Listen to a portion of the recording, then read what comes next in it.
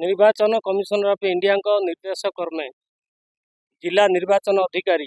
जिला एसपी आदेश क्रमे आम आज जयपाटना सहर में सीआरपीएफ एवं थाना पुलिस मिलित भाव में आम आज फ्लैग मार्च जयपाटना सहर में कराऊँ जेहेतु आसंता मे मास 13 तारिख में प्रथम पर्यायर आमर एठी लोकसभा एवं विधानसभा निर्वाचन हम से आमे लोकों को सचेतन कराऊँ निवेदन करुचु जे